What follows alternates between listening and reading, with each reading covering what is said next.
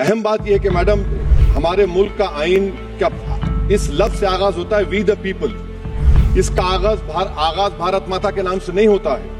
ہمارے سمویدھان کا جو پریامبل ہے وہ کیا کہتا ہے؟ Liberty of thought, expression, belief, faith and worship. اگر دستور کا یہ پہلا صفحہ یہ بات کرتا ہے تو پھر کیسے کسی شہری کو کسی خدا، دیوی، دیوتا کی عبادت کرنے پر یا سجدہ کرنے پر مجبور کیا جا سکتا ہے؟ آپ ہی کی پارٹی سے آج کی جو باتیں ہوئی ہیں اسی کا بول رہی ہیں. ہمارے کانسٹیٹیوئنٹ اسمبلی میں میڈم ایک محترمہ تھی روہنی کمار چودھری نے ایک تجویز دی تھی کہ پریامبل میں کسی دیوی کے نام سے شروع ہو. انہوں نے خاص طور سے وندے ماترم کا ذکر کیا مگر اس کو قبول نہیں کیا گیا. پھر کے وی کامت صاحب نے ایک تجویز دی کہ اٹس سٹیزنز کو بدل کر ہر سٹیزنز کیا جائے اور خدا کے نام سے شروع کیا جائے. وہ ترمیم کو مسترد کر دیا گیا. ہمارے سمویدھان کا اصول یہ ہے کہ بھارت کیا ہے؟ اس کی عوام ہے.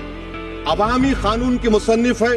عوام کی مرضی سے سب سے بالاتر ہے. عوامی حاکم ہے. ملک کسی خدا، دیوی، دیوتا، مذہبی علامت کے نام سے نہیں چلتا. نہ ملک کسی ایک مذہب کی ملکیت ہے.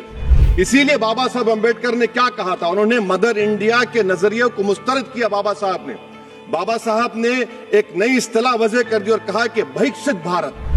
یہ بابا صاحب امبیڈکر نے کہا. اب میڈم اگر مذہبی آزادی اس آئین کا بنیادی اصول ہے تو سوال یہ پیدا ہوتا ہے کہ اس وقت ہمارے جو کانسٹیٹیوئنٹ اسمبلی کے پریزیڈنٹ تھے جناب راجندر پرساد صاحب نے کس بنیاد پر وندے ماترم کو قومی ترانہ قرار دیا؟